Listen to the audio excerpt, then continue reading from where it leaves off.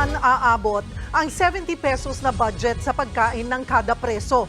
Masyado raw yang maliit para pagkasyahin ang agahan, tanghalian at hapunan. Kaya ngayon, isinusulong na itaas yan sa 100 pesos. Nasa frontline ng balitang yan, Simon Gualvez. Isang linggo kung mamili at mag-imbak na ng mga lunutuing pagkain ng Makati City Jail para sa mga Persons Deprived of Liberty o PDL. Mas tipid daw kasi kapag bultuhan, lalo't kailangang pagkasyahin ang budget na 70 pesos kada araw sa bawat preso. Bagay na malaking hamon ngayon sa lahat ng mga namumuno ng kulungan sa bansa.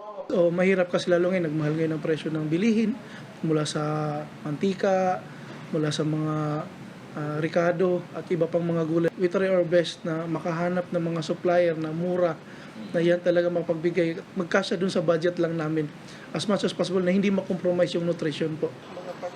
2016 pa, huling na-adjust ang budget sa pagkain ng preso.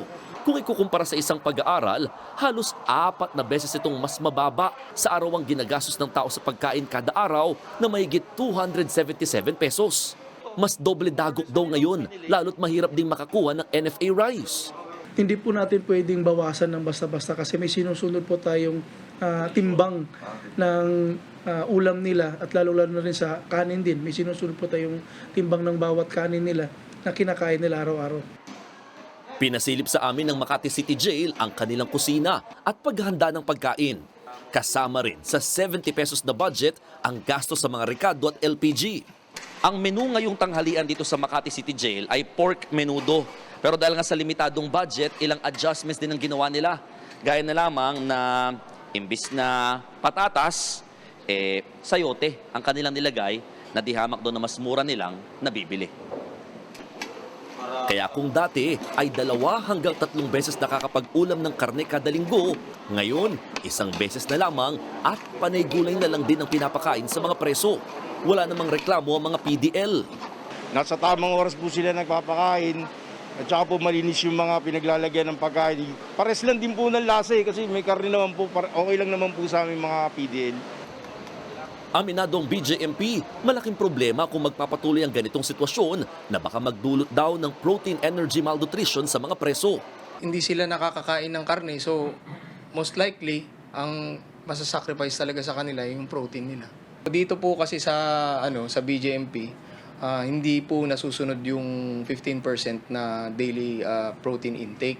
Kasi nga, nasasacrifice po talaga kasi due to lack of funding. Panawagan ng BJMP sa mga mambabatas, may taas kahit hanggang 100 piso ang budget sa arawang pagkain ng mga preso. At habang wala pa, pinapayagan muna ang paabot system o pagbibigay ng pagkain mula sa mga kaanak sa labas. Sa Makati City Jail, the QR code ang bawat dalaw. Dito matutukoy kung lehitimong kaanak ng preso ang may dala ng pagkain.